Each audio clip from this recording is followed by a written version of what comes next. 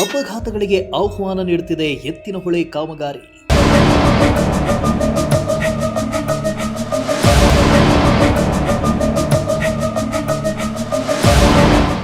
ಕಾಮಗಾರಿ ನಡೆಸಿ ಮಣ್ಣು ಮುಚ್ಚದೆ ಬಿಟ್ಟಿರೋ ಇಲಾಖೆ.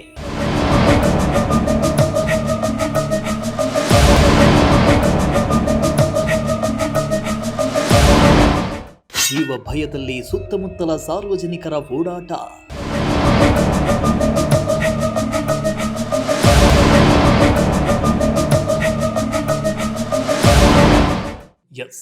ನೀರಾವರಿ ಪೂರೈಕೆ ಉದ್ದೇಶದಿಂದ ಎತ್ತಿನಹೊಳೆ ಕಾಮಗಾರಿ ನಡೀತಾ ಇದ್ದು, ಇದೀಗ ಎತ್ತಿನಹೊಳೆ ಕಾಮಗಾರಿಯು ಅಪಘಾತಕ್ಕೆ ಆಹ್ವಾನ ನೀಡುತ್ತಿದೆ ಅನ್ನೋ ಆರೋಪ ಕೇಳಿಬಂದಿದೆ. ಪಾವಗಡ ತಾಲೂಕಿನಲ್ಲಿ ಎತ್ತಿನಹೊಳೆ ಯೋಜನೆ ಕಾಮಗಾರಿ ನಡೀತಾ ಇದ್ದು, ಅಧಿಕಾರಿಗಳು ನಿರ್ಲಕ್ಷ್ಯದಿಂದ ಗ್ರಾಮೀಣ ಭಾಗದ ಜನರಲ್ಲಿ ಆತಂಕ ಹೆಚ್ಚಾಗಿದೆ.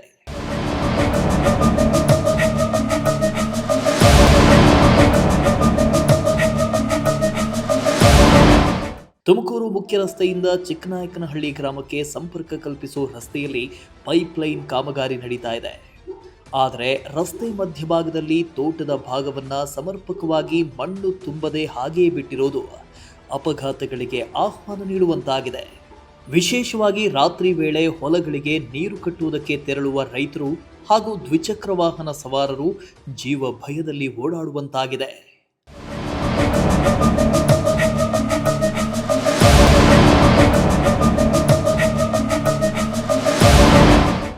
ಇನ್ನು ಪಾವಗಡ ತಾಲೂಕಿನ ಹಲವು ಗ್ರಾಮಗಳಲ್ಲಿ ಬೃಹತ್ ಗಾತ್ರದ ಪೈಪ್ಲೈನ್ ಅಳವಡಿಕೆ ಕಾಮಗಾರಿ ಪ್ರಗತಿಯಲ್ಲಿದೆ.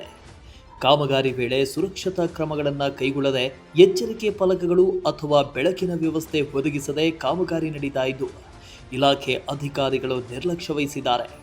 ಅಲ್ಲದೆ ಈ ಯೋಜನೆ ಯಾವ ಇಲಾಖೆ ವ್ಯಾಪ್ತಿಗೆ ಬರುತ್ತೆ, ಸಮಸ್ಯೆಗಳನ್ನು ಯಾರ ಗಮನಕ್ಕೆ ತರಬೇಕು ಅನ್ನೋದು ಸ್ಪಷ್ಟವಾಗಿಲ್ಲ ಅಂತ ಸಾರ್ವಜನಿಕರು ಅಸಮಾಧಾನ ವ್ಯಕ್ತಪಡಿಸಿದ್ದಾರೆ.